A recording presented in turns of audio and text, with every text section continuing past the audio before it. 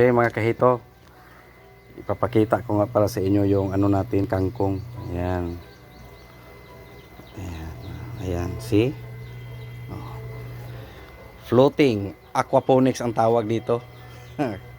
Ito ang floating aquaponics. Ayan. Lilitaw lang yan sila sa ibabaw ng tubig. Ang lalim nito ay 2 meters. Ayan.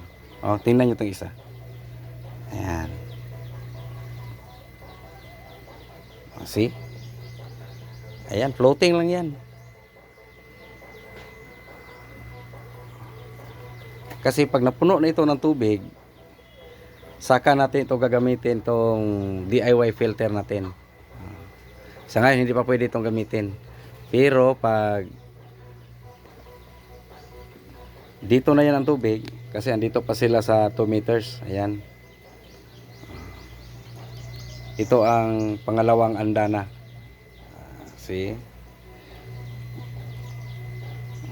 Pag nakaakyat na yan dito ang tubig, saka natin yan gagamitin yung filter natin. So, ang laman nito ay 1,000 more. 1,000 mahigit.